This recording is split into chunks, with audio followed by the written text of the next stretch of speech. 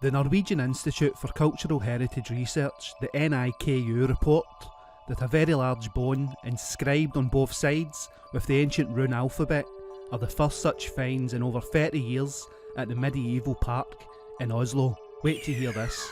Why make inscriptions on bone? Perhaps as the people were forced to wait out the event in the cave systems, as source material became limited, as the world was obliterated by the squatterman. The people began to make do with what tools and materials were only available in this setting. In this case, they used the bone of either a cow or a horse to make these inscriptions. Of course, the runes are an alphabet, developed by mimicking the sound associated with discrete shapes perceived in the heaven. For example, the rune for the word man also looks like the menorah, the trident, the squatter man. The 15th rune is the sacred rune of humanity, and it introduces us to the mystery of being human. The ongoing dig at the medieval park in Oslo uncovered two rare objects just before Christmas in 2021. A stick inscribed with runes, also known as a rune stick, and a bone also inscribed with runes. Solveig Thorkildsen, an archaeologist with the Norwegian Institute for Cultural Heritage Research, said about the find. He said, "My heart was pounding. Finding runes was at the top of my wish list for this dig. I thought to myself, this cannot be true. This is not true. It's not true, but it was true. These are two interesting findings that expand our knowledge about runes, writing and written language in the towns of the Middle Ages." The rune stick is a piece of wood which is inscribed on three sides, both in Norse and Latin. It was found in a deep ditch where water was constantly seeping in. Earlier in December, a unique knife handle depicting a king with a hunting falcon on his arm was found in the same place, the oldest of its kind ever found in Scandinavia, with its history being traced back over 1,000 years. Old objects are often tainted by time. The rune stick is damaged and some of its inscriptions are likely lost, but on the bright side, there are two Latin words, manus and domini or domine. Manus means hand and dominus means Lord or God. The words are found in a known Latin prayer, in manus tuus, domine, commedo, spirituum meum, meaning, into the hands, O Lord, I commend thy spirit. It's thought that the runes names a person by name, Brynjerd, which is a female name, and that she had offered her devotion to God. Further inspections are to be carried out with a microscope, but it's possible that she is offering herself out of sheer desperation under difficult living conditions.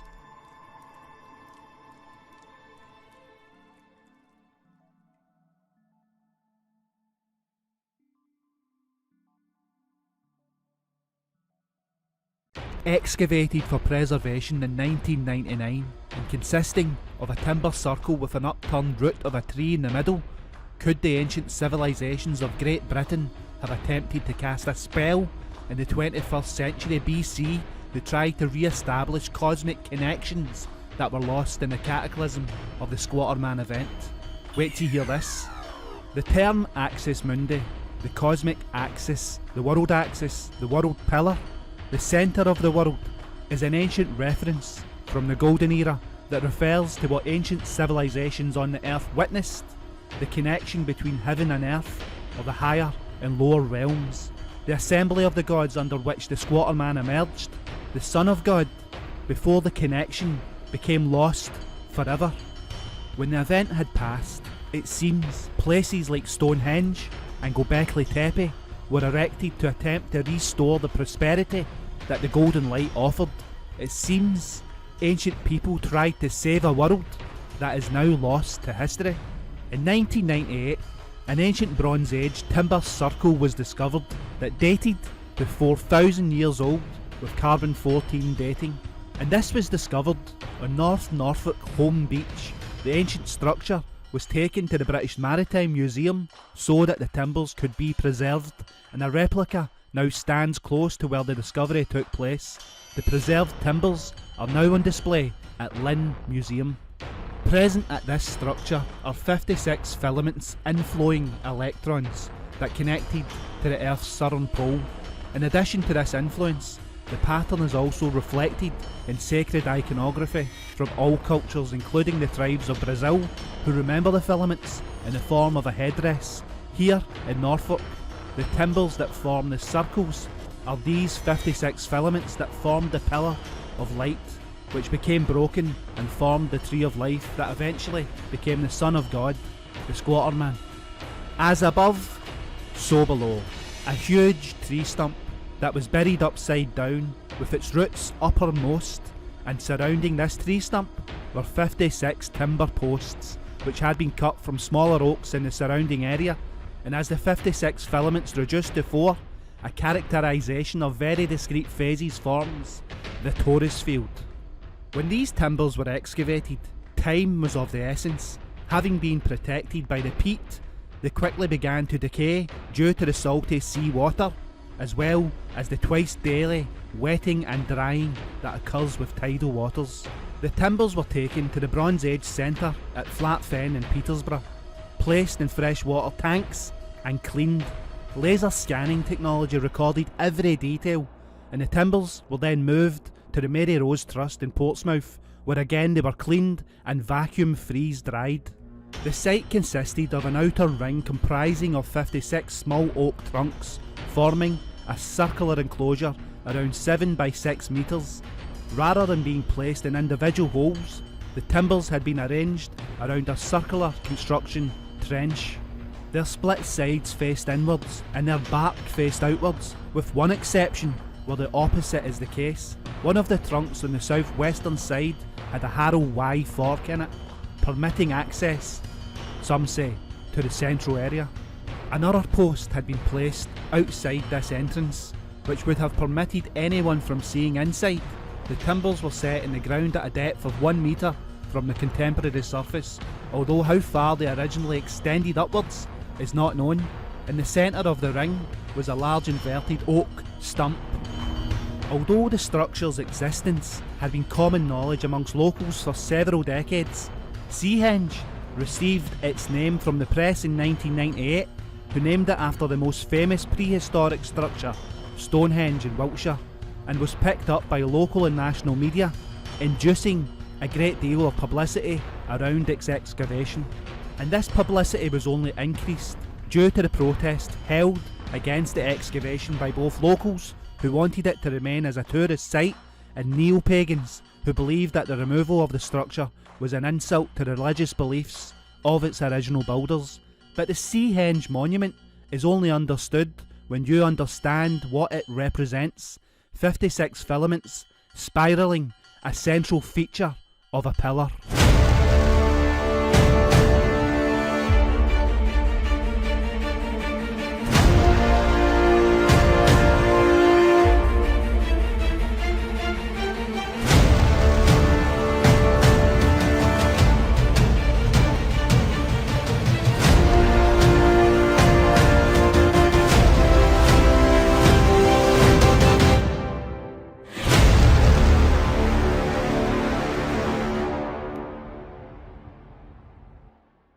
Ancient kingdom cities like Tikal, abandoned for over 1,000 years before being rediscovered in 1853 as if a different civilization altogether had once graced the earth.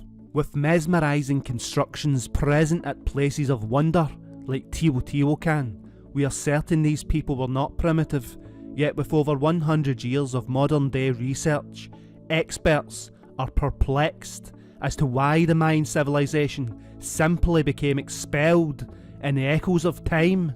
Wait to hear this. No clear answer exists as to what happened to the Maya. Leading ideas is that their water supply became poisoned when they put their dead into water reservoirs. It is thought that the cities became depopulated around the 9th century under mysterious circumstances, with theories constantly surrounding their water supply arrangements, leading to speculation regarding some sort of drought. But the regional area that they occupied had plenty of tough plant species edible for human consumption that would have both prevented hunger and dehydration, further adding to the complex mystery that is the Maya civilization. Researchers at the University of California, Riverside archaeologist Scott Feddick and plant physiologist Luis Santiago shows that the Maya had nearly 500 plants available to them, many of which are highly drought resistant, including 59 species of edible plants that would still have persisted under drought conditions. Some of the toughest plants the Maya would have turned to include cassava with its edible tubers and hearts of palm. Luis Santiago said, even in the most extreme drought situations, these edible plants would have persisted, and we don't have any clear evidence that the most extreme situations even occurred. The descendants of the Maya today actually eat a shrub called chaya. Its leaves are high in protein, iron, potassium and calcium. Chaya and cassava together would have provided a huge amount of carbohydrates and protein, enabling the people to thrive even without a natural water source. The extent of the Maya Empire is changing all the time. In the wake of LiDAR technology, new pyramids and temples and even roads and waterways are being rediscovered at an unprecedented rate. The Maya were not tribespeople, they were sophisticated with an enormity of engineering present in their efforts. The researchers suggest that social and economic upheaval played a role in the collapse. Scott Feddick added, "One thing we do know is the overly simplistic explanation of drought leading to agricultural collapse is probably not true."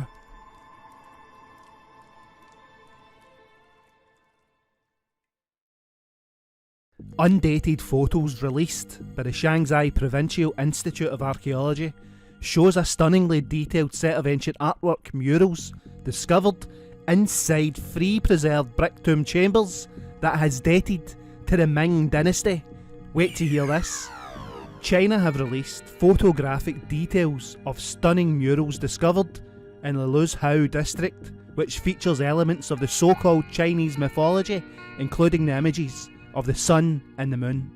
The 3 brick tomb chambers are pyramids by design and probably belong to a wealthy family elite during the Ming dynasty, which was a Chinese dynasty that lasted from 1368 to 1644 and provided an interval of native Chinese rule between the eras of Mongol and Manchu dominance, respectively.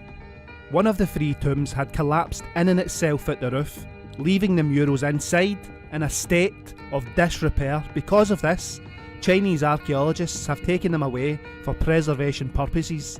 The murals in the other 2 chambers are well preserved and have the same style of the Ming era.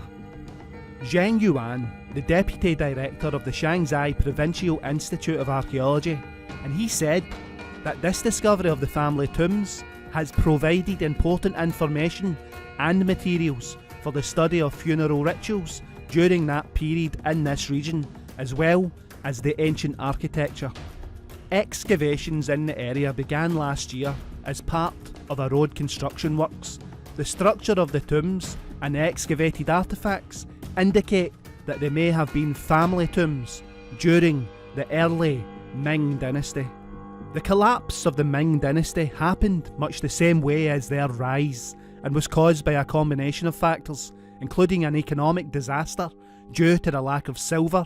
A series of natural disasters also contributed, as well as peasant uprisings, and finally, attacks by the Manchu people.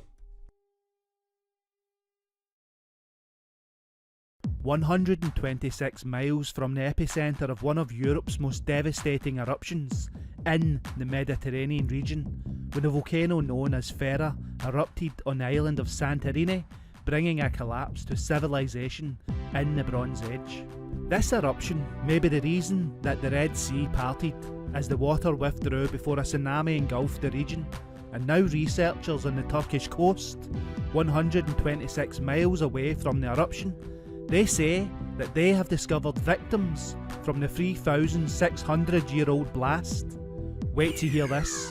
A new research paper published to the Proceedings of the National Academy of Sciences by an international team of researchers who say that they have found and excavated the remains of a young man killed approximately 3,600 years ago by a tsunami created by the Fera eruption. which is located in modern-day Santorini, as the island is now referred by, and they say that the young man was killed by a tsunami caused by the catastrophe. The eruption struck somewhere around 1500 and 1600 years BC. It was responsible for the decline of the Minoans, and it was so powerful that it was immortalised on his Tempest Stela by Amos I. The stela describes a great storm striking Egypt during this time, destroying tombs, temples and pyramids in the Theban region, and the work of restoration ordered by the king in 1550 BC. The blast was a monster, causing earthquakes, raining volcanic ash, and even triggered tsunamis that are recorded in the Bible. Unlike the Pompeii disaster, the residents of ancient Santorini appear to have escaped the island prior to the eruption. The ancient site of Akrotiri on Santorini is replete with artefacts left behind by a seemingly fleeing people. No apparent victims were ever found at the epicentre, leaving experts contemplating if they knew it was going to happen, and of course they must have, but what was their fate? Major tsunamis reached as far as the western Anatolian coast, which is 126 miles away. The first ever victims uncovered are a teenager and his dog preserved in ash that has been tested to prove it originated on Santorini. The layers of ash revealed collapsed houses, holes, potteries and shells, suggesting that a tsunami had taken place following the major volcanic eruption. It was previously thought that the tsunami that was triggered by the eruption of Thera was a single event. Recent findings, however, suggested that the people who survived that disaster had dug holes to save their belongings in. The first tsunami had buried them all, and the following one covered up the holes, preserving them for thousands of years, including the remains of a young man and his dog. The scientists had an explanation for why no remains of thousands of people who had perished were ever found, and they say that the people of Santorini had begun to migrate in light of smaller volcanic eruptions and earthquakes, and tens of thousands of people are believed to have died in the sea when tsunamis hit them under harrowing conditions that they could not escape from. The study suggests that the tsunami caught the young man whose skeleton was unearthed in 2017 and washed it ashore.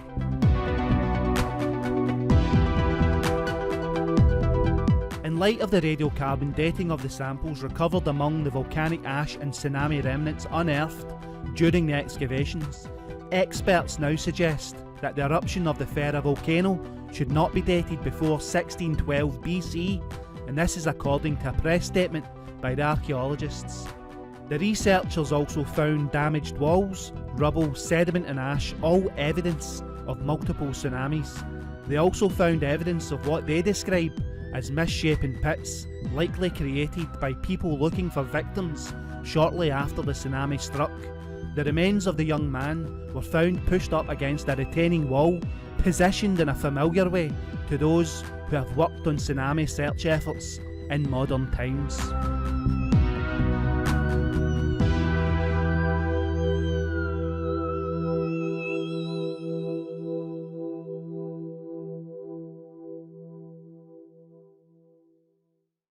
The Nebra sky disk, the oldest artefact ever found that details features of the ancient sky, lost to history before being rediscovered in Germany in 1999. The 3,600-year-old object reflects the vision witnessed by an ancient observer. Excavated illegally in 1999 in Germany, some unsanctioned treasure hunters found it buried with 2 swords, 2 axes, a chisel and 2 armbands.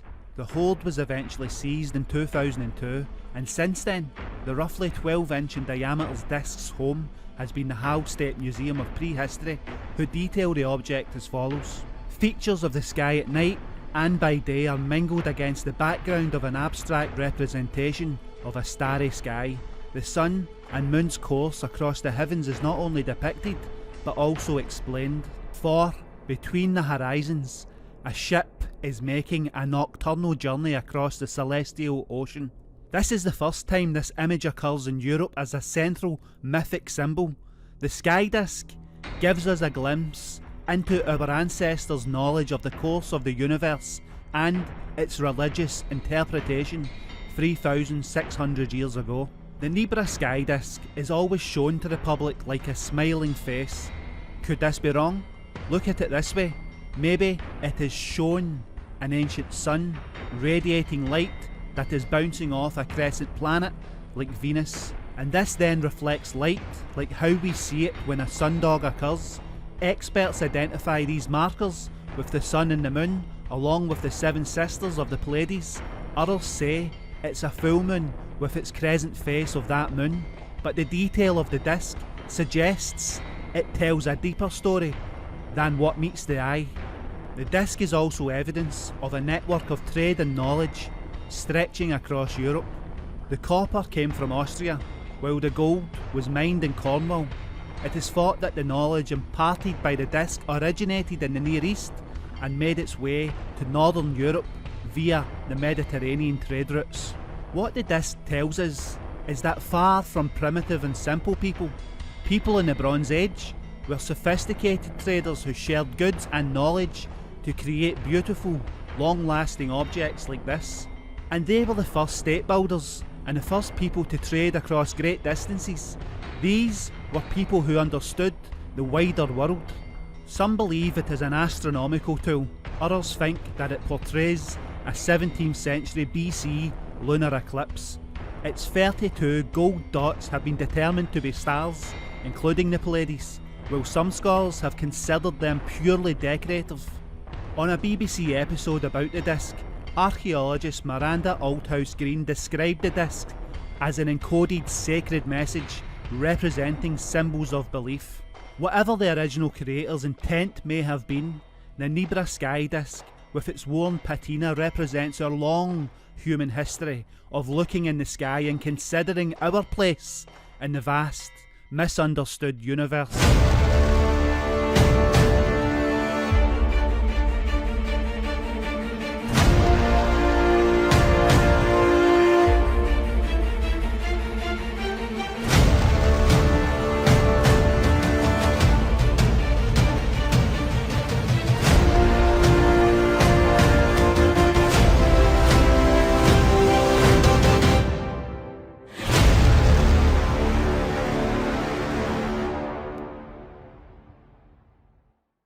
Dom Pedro II, nicknamed the Magnanimous, was the second and last monarch of the Empire of Brazil, reigning for over 58 years. He was born in Rio de Janeiro, the seventh child of Emperor Dom Pedro I of Brazil and Empress Dona Maria Leopoldina, and thus a member of the Brazil branch of the House of Braganza. Egypt held an exhibition last month to mark the 150th anniversary of his inaugural trip to Egypt, with a stunning photographic archive. On the 5th of November 1871, a group of around 15 travellers, among them the renowned French archaeologist François-Auguste Mariette, founder of the Egyptian Museum in Cairo, and they arrived at the Giza pyramids after attending Mass in a Franciscan church. Heading this group was a special guest on a historic trip. Dom Pedro II, the Emperor of Brazil, was not only the first Brazilian head of state to travel to the Ottoman Empire and the Middle East, he was also the first from the entire Americas to visit Egypt. Dom Pedro II wrote in his diary, which is now held in the Museu Imperial of Metropolis in Rio de Janeiro. He said, "The pyramids seem small until you reach them, and you only get an idea of the height of the Great Pyramid when you observe those who climb it and become more and more little. I climbed up easily with the help of the Arabs, and on top we were more than 30, he writes. As soon as we reached the top of the pyramid, we let out many hurrahs, waved our handkerchiefs, and I sat on a stone from the time of Khufu and wrote a few words." After months of touring Europe, where they visited France immediately following the fall of Napoleon III, and Germany after the unification of the German states, on the morning of the 28th of October, they arrived at the port of Alexandria. They were received by the Khedive's protocol and the honorary consul of Brazil in Alexandria, Michael de Ban. Published in the Middle East Eye, with last month marking the 150th anniversary of Dom Pedro II's inaugural trip to Egypt, the Embassy of Brazil in Cairo, in partnership with the Ministry of Culture of Egypt, reissued part of his photographic collection to the Egyptian public for the very first time. Titled Back to Egypt, the exhibition was held at the Jazeera Art Centre, a cultural venue located at the Prince Amri Palace in the affluent district of Zamalek, and it was divided into two large rooms, the first dedicated to the figure of Dom Pedro II and his trip to Egypt in 1871, and the second reserved for his second trip to the country 5 years later. In 1858, the Empire of Brazil and the Ottoman Empire signed a treaty of friendship, commerce and navigation, and since 1865, Brazil have had an honorary consul in Alexandria, the Lebanese Daban, who focused on strengthening the diplomatic and trade bridges with Egypt. The arrival of Dom Pedro II helped to boost those emerging relations.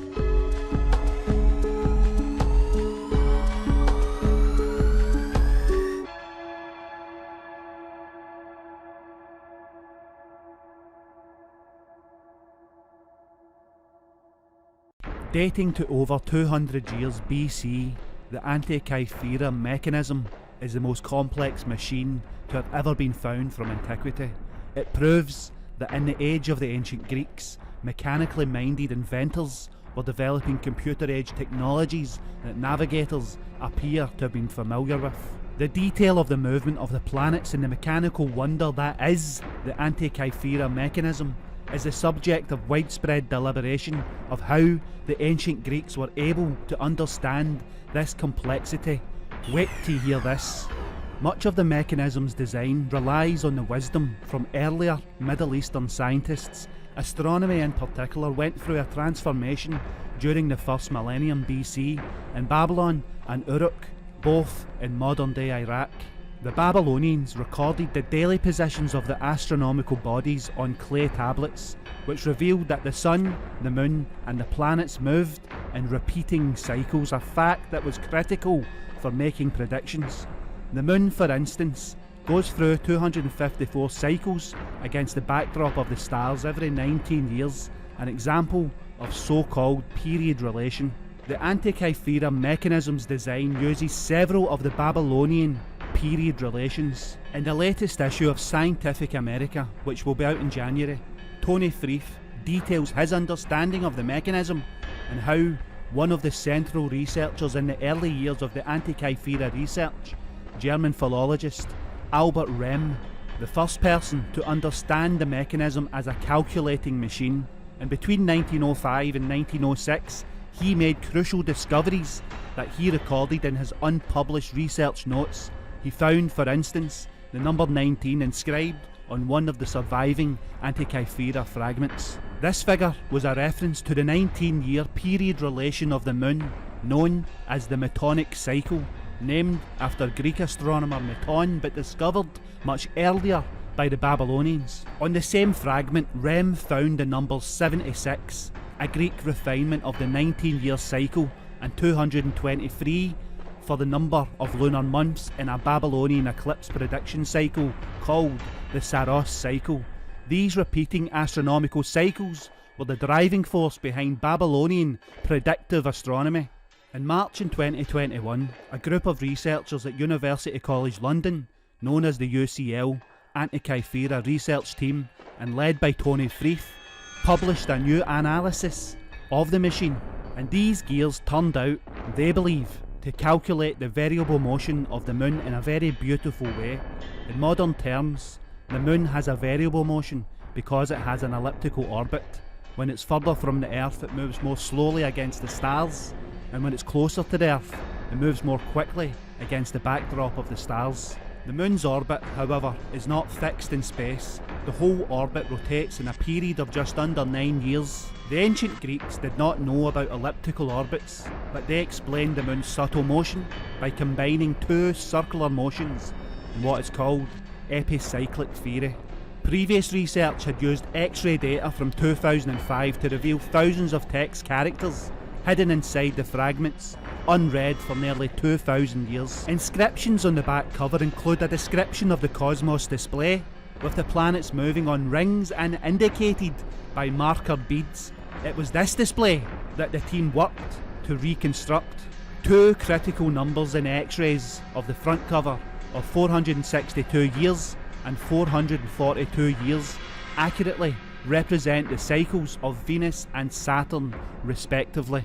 When observed from the Earth, the planet's cycles sometimes reverse their motions against the stars, and experts must track these variable cycles over long time periods in order to predict their positions. Eris de Canalis, a PhD candidate and UCL Antikythera research team member, said, "The classic astronomy of the first millennium BC originated in Babylon, but nothing in this astronomy suggested how the ancient Greeks found the highly accurate 462-year cycle for Venus and the 442-year cycle for Saturn. Using an ancient Greek mathematical method described by the philosopher Parmenides, the UCL team not only explained how the cycles for Venus and Saturn were derived, but also managed to recover the cycles of all the other planets, where the evidence was missing." PhD candidate and team member David Higgin explained, "After considerable struggle, we managed to match the evidence in fragments A and D to a mechanism for Venus, which exactly models its 462-year planetary period relation, with the 63 tooth gear playing a crucial role. It seems that the evidence could be used to predict the positions of the Sun, the Moon and the planets on any specific day in the past or in the future. The maker of the machine would have had to collaborate it with the known positions of these bodies. A user could then turn a crank to the desired time frame to see astronomical predictions. The mechanism displays positions, for instance, on a zodiac dial on the front of the mechanism, where the ecliptic was divided into a dozen 30-degree sections representing the constellations of the zodiac.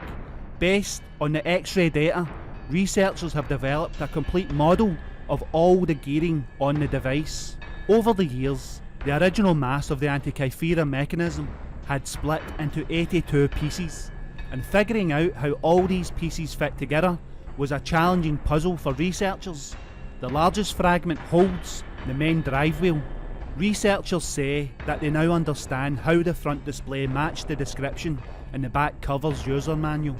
With the Sun and the planets shown by marker beads on concentric rings, the front cover also displayed the Moon's phase, position and age, the number of days from a new moon, and the dragon hand that showed eclipse years and seasons. With the concentric rings for the planets, they realised that they could now make sense of the front cover inscriptions as well. This writing is a formulaic list of the synodic events of each planet, such as its conjunctions with the Sun and its stationary points, and the intervals in days between them.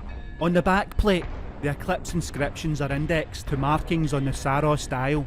On the front plate, inscriptions about the risings and settings of stars are indexed to the zodiac dial. This insight was that the inscriptions on the front could refer to index letters on the planetary rings. If the Sun pointer is at one of these letters, then the corresponding inscription entry describes the number of days to the next synodic event. Because the left-hand side of the inscription, where we would expect these letters to be, is missing, we cannot prove the hypothesis, but it is a compelling explanation. The device is unique among discoveries from its time. It single-handedly rewrites our knowledge of the technology of the ancient Greeks. We knew they were highly capable. They built the Parthenon and the Lighthouse of Alexandria even earlier than the Antikythera mechanism. They had plumbing and used steam to operate equipment, but before the discovery of the Antikythera mechanism, ancient Greek gears were thought to be restricted to crude wheels and windmills and water mills. Aside from this discovery, the first precision geared mechanism known is a relatively simple yet impressive machine for the time, the geared sundial and calendar of Byzantine origin dating to about the year 600. It was not until the 14th century that scientists created the first sophisticated astronomical clock. The Antikythera mechanism, with its precision gears, is completely unlike anything else from the ancient world.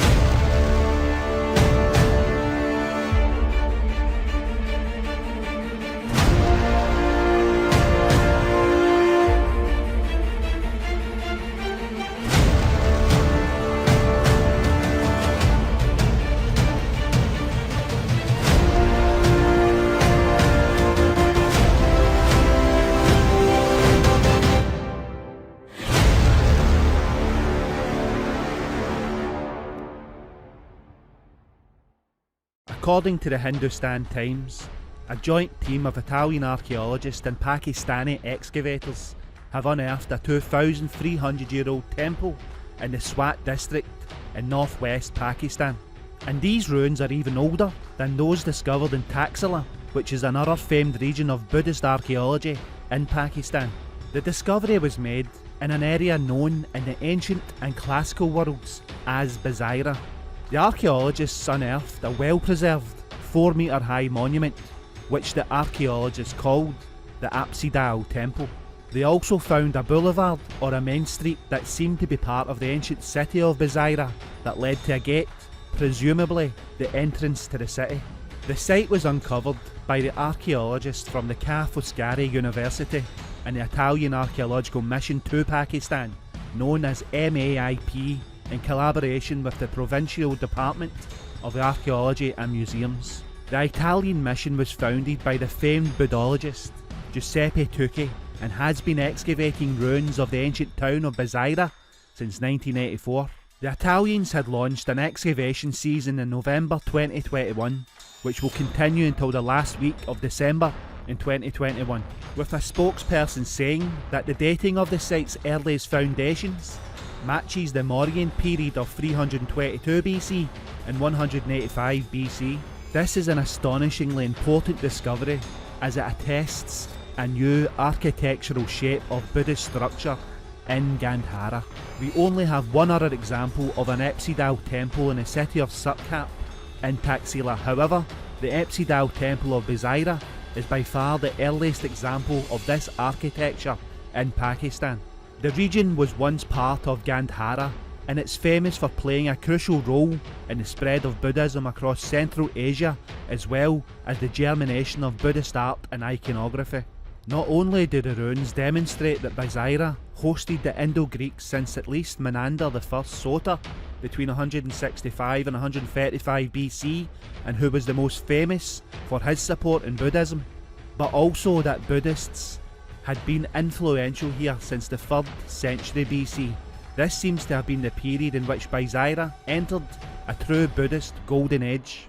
According to the archaeologists, who say that the Bazaira area flourished as a Buddhist hub until the 3rd and 4th centuries of the current dating system, until it was abandoned after an earthquake during the reign of the Kushans, another Central Asian dynasty whose most famous emperors, Kanishka, supported Buddhism and might have practiced Buddhism themselves. Italy's ambassador to Pakistan, Andreas Ferrarasi, also said that he was excited that the new discovery was also made by a joint team of Italian and Pakistani archaeologists, and he said that it is so impressive to find something common between the archaeology of Pakistan and that of Italy. It is something that shows that even in antiquity we have a kind of globalization where people had exchange of certain techniques and ideas of culture and religions, which is astonishing. The more we search for the past, the more we find that we have a future together. Unfortunately, illegal excavators had plundered the site between 2008 and 2010, and despite the looted items, archaeologists like Dr. Abdul Samad Khan, leader of the Pakistani team of archaeologists, believes that only 5% of the site has been explored, and much of the Gandharan complex remains to be explored, and it is likely that the buried city will hold yet more important revelations about the Indo-Greek period in Pakistan.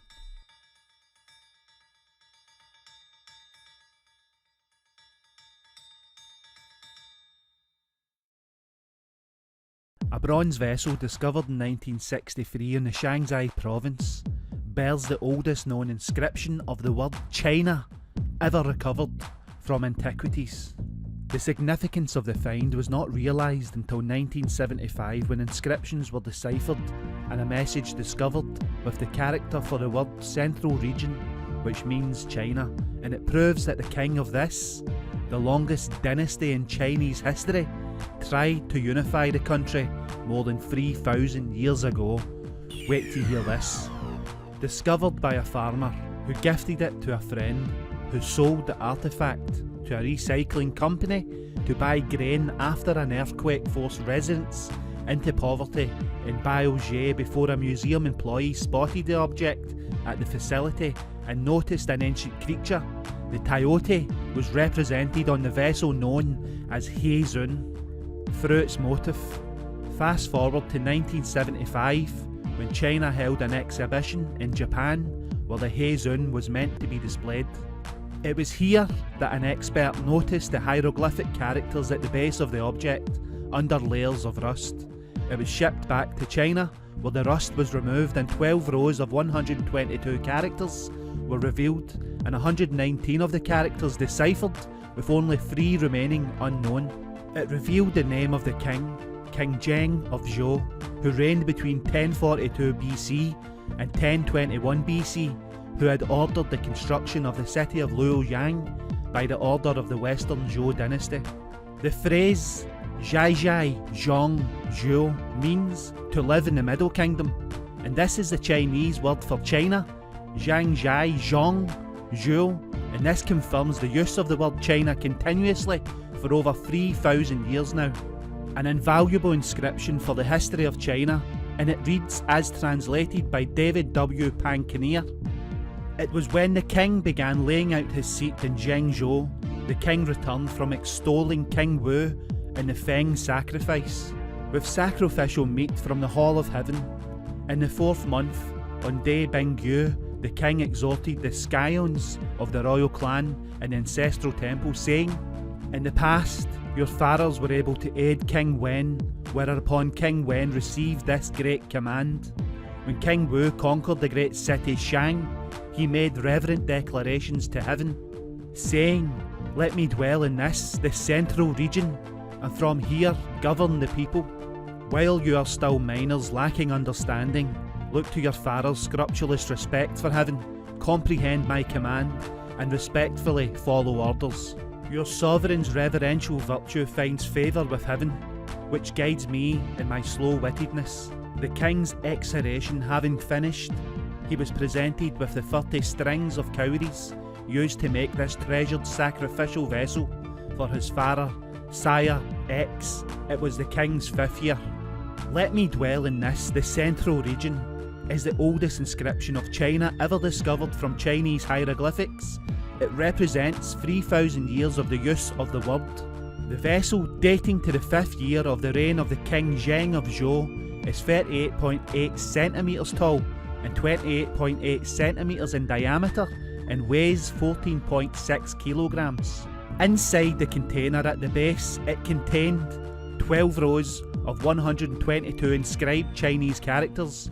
Of the 122 characters, 119 are identified, while 3 remain unknown. The inscription contains the phrase China inscribed in early Zhou form, structurally different to the modern form of the characters. The term for China here does not carry the same semantic meaning as the modern word, referring rather to the central region of the newly expanded Zhou political domain. But it is the earliest occurrence in the Chinese corpus of the word for China, which gradually expanded in its meaning over the next millennium. Scholars have asserted that the regions surrounding the Yellow River Basin were called the Middle Kingdom in the early years of this dynasty, including Luoyang, the ancient capital ordered by the king. The Heizun vessel is also the earliest known vessel bearing this character for China, and one of only 64 other historical artefacts forbidden from ever leaving Chinese soil by the Chinese Communist Party. It resides today in the Bailgé Bronzeware Museum in Shanghai.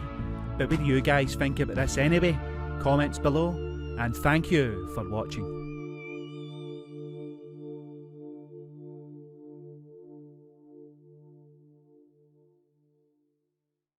In 1739 in England, a technical object was discovered that is now the subject of widespread speculation as to what it is. And since 1739, 116 other objects of similar characteristics have been found across Europe, dating to the Roman occupation.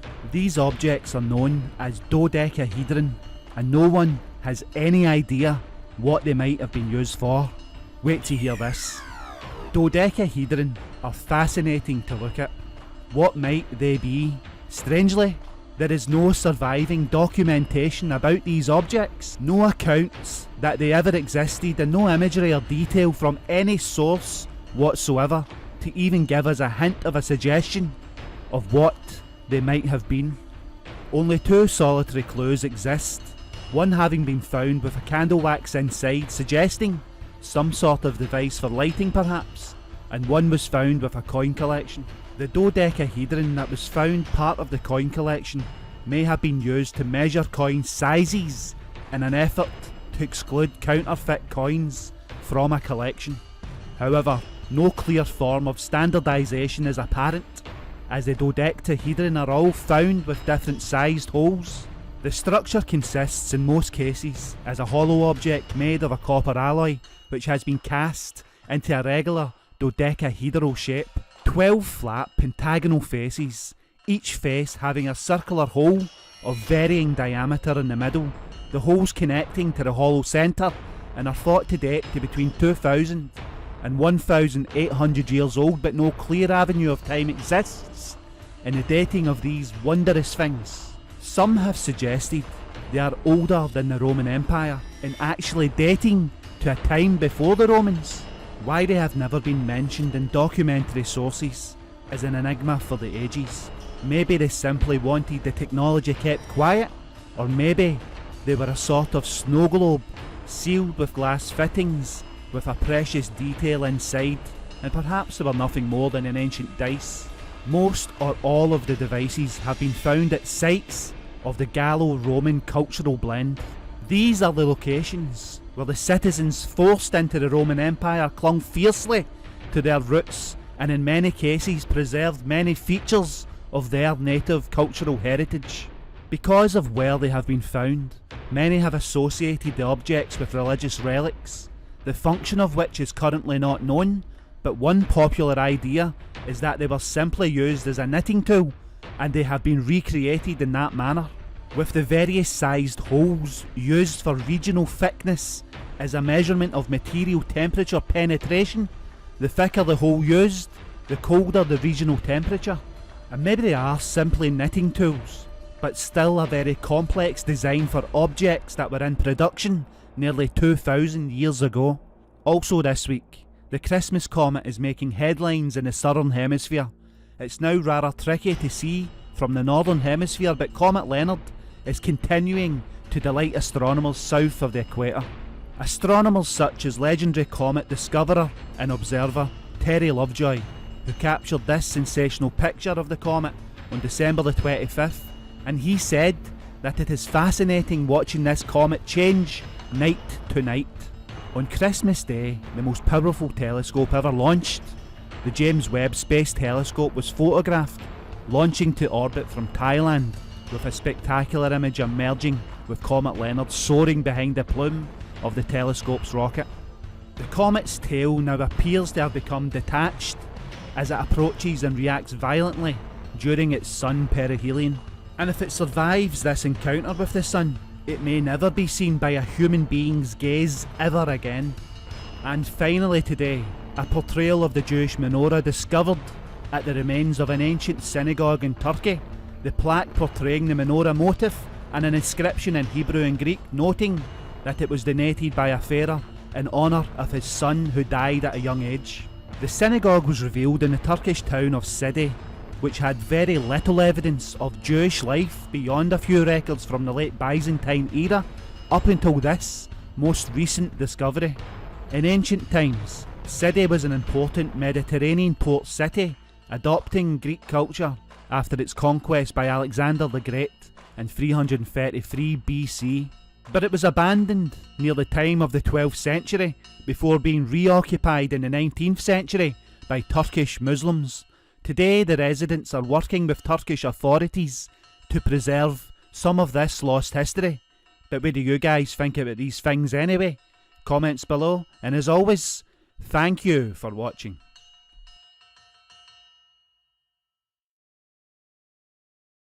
An unusual inscription has been found inside this 2,400-year-old Etruscan helmet that could shed new light on the military organisations of the pre-Roman people. Italian archaeologists had not noticed this inscription before, but the discovery comes more than 90 years after the bronze helmet was found in the Osteria de Volcae necropolis in 1928. The inscription engraved within the neck protector of the helmet consists of 7 letters, Harnste, which probably indicates a place of origin of either the object or the owner, and which must be read as a single word, and this is according to the museum, who said in a statement that other intriguing features of the helmet are the concentric circles. These spirals are found all over the world and probably relate to the spiral pattern observed in the heavens above. The influence of these people was their belief that signals were appearing to them in the heavens. Researchers are convinced that the helmet belonged to an Etruscan warrior, a member of the people who dominated an important position of present-day Tuscany, and has been dated to the middle of the 4th century BC. At that time, central Italy was rife with bloody conflicts among local tribes who competed for predominance on the peninsula or simply for survival, threatened as they were by the spread of the Celts, whom in 390 BC they put Rome to the sword before the pendulum of dominance swung in Rome's favour. The helmet tells archaeologists something about those years of blood and war for dominion of the Italian peninsula. For example, it may be that the fact that the inscription is on the inside of the helmet, that this indicates that its owner habitually marked his possessions in that way. The museum said in a statement that this strengthened the feeling of belonging for an object of vital importance for the warrior. But it also provides important information about the system of forges in which the Etruscans made their weapons, and it is thought to be possible that the helmet was not made in Volcae, where it was found, but rather somewhere near the current Italian city of Perugia. The name Aharnum sounds very similar to the current town Civitella di Arna near Perugia, and the Harnste inscription, read as a single word, could have formed from that name of that city or its surroundings. On other Etruscan stone carvings and objects, archaeologists have found other inscriptions that are very similar, including Haverna, Havernese and Harinese. Nevertheless, the museum emphasises that it is not possible to establish with certainty whether the preserved name coincides with that of its last owner, since such objects often passed from hand to hand as trophies of war. In Turkey, a 2-inch figurine has been discovered which may symbolise the mistress of animals. Clear characterisations are present on the object, where a figure appears flanked on either side. This is, of course, was the forming torus field, and this figurine is dating to a whopping 8,500 years old. The incoming plasma has 2 components, energy intensity and flow. Increasing the flow of the incoming plasma puts enormous pressure on the toroids, causing them to take a decidedly melting appearance. The stack would be relatively stable in number, but the shape is in flux. Once the toroids are mature, additional pressure forces them to deform and take on a decidedly mushroom-looking shape. As the torus stack compresses, distinctive boxy shapes known as pipettes begin to form, and this may be what is represented on this 8,500-year-old marble statuette, which was recently discovered in the Neolithic site of Çatalhöyük in central Turkey. According to the head of the excavation team, the statuette, a 2-inch tall prismatic figurine with a reclining human figure, was found during excavations in the southern mound of Çatalhöyük, which is one of the first urbanisation models in Anatolia, in the Kumra district of the Konya province. The head excavator, Ali Umut Turkan, told the Anadolu news agency that the marble statuette is a rare piece with no signs of gender in the figurine. However, he also said that the piece is reminiscent of the figurines identified as a male leaning back slightly on the back of an animal, similar to those found in excavations in the past, known as the master or the mistress of animals, a perception that assimilates to the Potnia Pharaon in the earliest waves of religious formation. Ever since the excavations began in 2016 in the southern mound at the Neolithic site, the preponderance of the artefacts has been female figurines including the famous seated woman, again flanked by the two. Çatalhöyük is a 9,000-year-old ancient site in what is now central Turkey, which was included in the UNESCO World Heritage List in 2012, and according to UNESCO, the site testifies to the evolution of the social organisation and cultural practices as humans adapted to the sedentary life. Although we think that we are working primarily for scientific findings, this is the beauty of archaeology. Sometimes you may encounter surprises, and you can expect even bigger surprises here at Çatalhöyük. Çatalhöyük, of course, is the world's oldest known human settlement, which was thought to have been home to over 8,000 people during the Neolithic period, and it's now an archaeological site where experts are researching ancient people's social structure, diet and clothing. The initial excavations at the site were done in 1960 by the late British archaeologist James Millart, and since those initial excavations, significant discoveries have been made there, especially over the last 25 years during excavations led by Ian Hodder, an anthropology professor at Stanford University. This statuette now represents one of the oldest artefacts ever recovered that can be identified with certainty with the mistress or the master of animals, a figure in the sky under the assembly of the gods and the spiralling manifestation flanked by the two and in countless other representations treading on the beasts of the earth.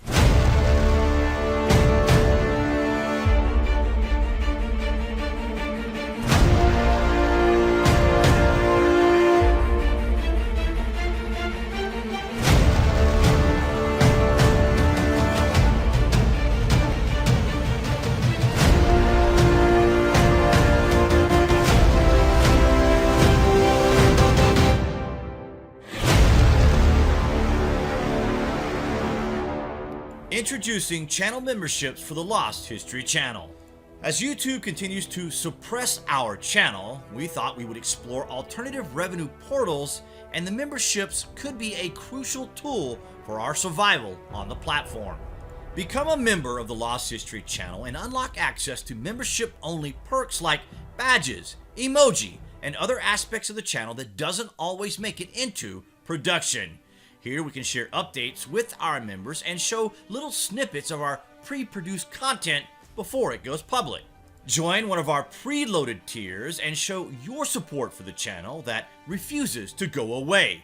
With your support, the journey continues. Now, wait till you hear this.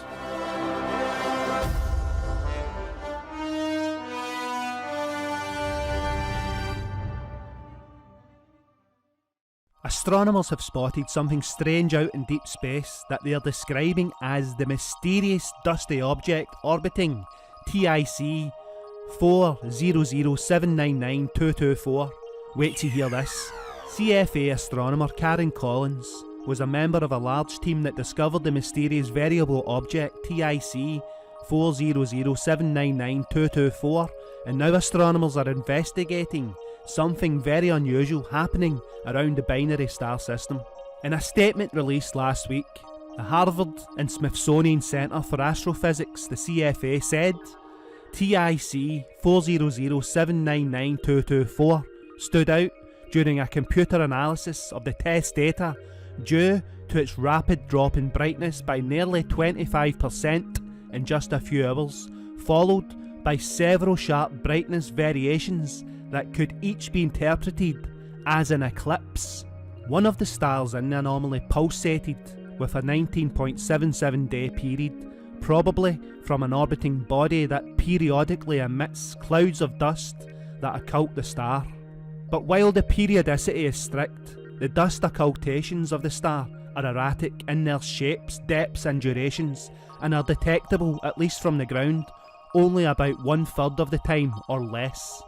The nature of the orbiting body itself is puzzling because the quantity of dust emitted is large. If it were produced by the disintegration of an object like the asteroid Ceres in the solar system, it would survive only about 8,000 years before disappearing. Yet remarkably, over the 6 years that this object has been observed, the periodicity has remained strict and the object emitting the dust apparently has remained intact. The team plans to continue monitoring the object and to incorporate historical observations of the sky to try to determine its variations over many decades. The team published a paper on the dust-emitting object in the Astrophysical Journal in December, describing it as a unique object of uncertain nature, but quite possibly a disintegrating asteroid or a minor planet orbiting one star of the widely separated binary TIC 400799224. There are still plenty of unknowns left to investigate, including which star in the system the object is actually orbiting and what kind of object is able to give off so much dust without actually falling apart.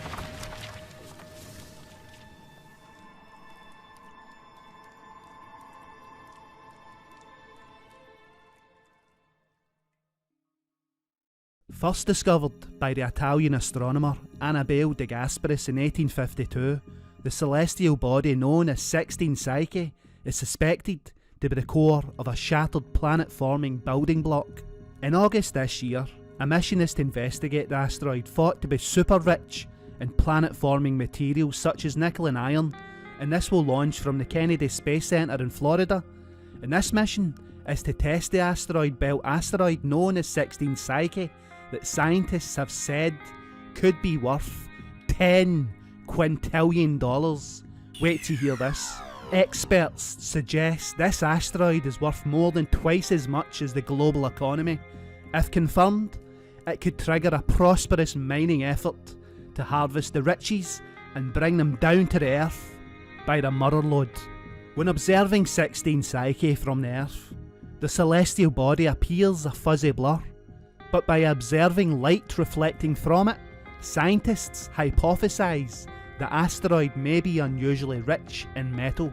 The core is thought to be made up of exposed metallic iron, nickel and gold, and this is based on casual observations made from the Earth. The object resides in the main asteroid belt between Mars and Jupiter, and it is as large as 140 miles in diameter.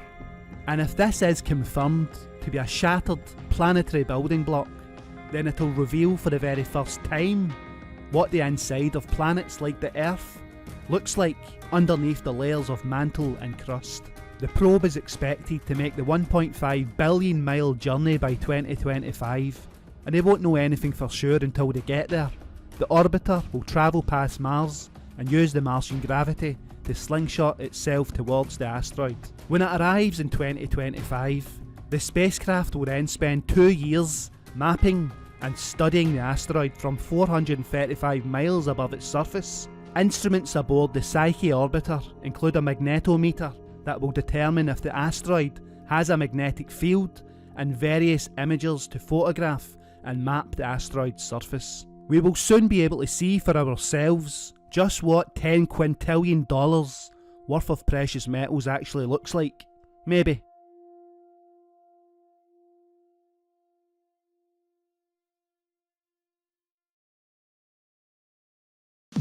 Top, à 0 moins 1 minute. Thumbs up from Jean-Luc Voyer. All systems are go. We're inside a minute now. T-minus 50 seconds and counting. As you heard earlier, the Vulcan 2 engine will ignite. Turbo pumps will come up to flight speed for 7 seconds, and the command will be issued to ignite the solid rocket boosters. The James Webb Space Telescope will be on its way.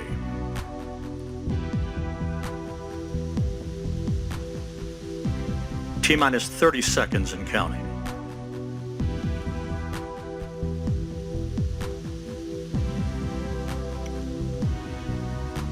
Standing by for terminal count. À tous de DDO, attention pour les décomptes finales. 10, 9, 8, 7, 6, 5, 4, 3, 2, unité, top. And we have engine start. And Allumage liftoff. EAP, décollage. Decollage, liftoff from a tropical rainforest to the edge of time itself. James Webb begins a voyage back to the birth of the universe. Punching a hole through the clouds, 20 seconds into the flight, good pitch program reported.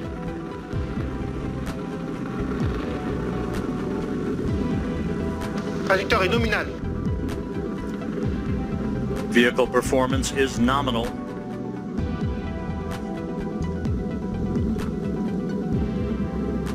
The Ariane 5 rocket continues to fly uphill in nominal fashion.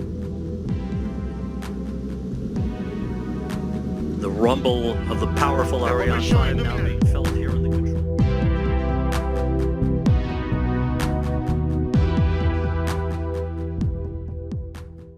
An international team of astronomers operating the Very Large Telescope in Chile say they have detected a new world orbiting B Centauri. Wait to hear this. B Centauri is a star system that can actually be seen in the Earth's sky with the naked eye. It is the hottest, most massive planet-hosting system ever found, and the astronomers say they have now detected a planet orbiting at 100 times the distance that Jupiter orbits the Sun. Before this detection, astronomers had ruled out the possibility of a planet existing in this system because the star was thought to be too hot and too massive for anything to ever exist near it without the star devouring it. So this is a world's first in astronomy. The new study of the object, published in the journal Nature by astronomers from the University of Michigan, who said about the discovery, they said it was quite a surprise to find such a small companion around such a massive host star. In fact, it poses quite a challenge to our models, but this is what makes it exciting. When you are proven wrong, you learn something new and it fascinates you. Located approximately 325 light years away in the constellation Centaurus, the B Centauri has at least 6 times the mass of the Sun, making it by far the most massive system around which a planet has been confirmed. Until now, no planets had been spotted around a star more than 3 times as massive as the Sun. The most massive stars are also very hot, and this system is no exception. Its main star is so-called a B-type star that is over 3 times as hot as the Sun. Owing to its intense temperature, it emits large amounts of ultraviolet and X-ray radiation. The large mass and the heat from this type of star have a strong impact on the surrounding gas, which should work against planet formation. In particular, the hotter a star is, the more high energy radiation it produces, which causes the surrounding material to evaporate faster. But this discovery proves the theory wrong. It shows planets can in fact form in such severe star systems.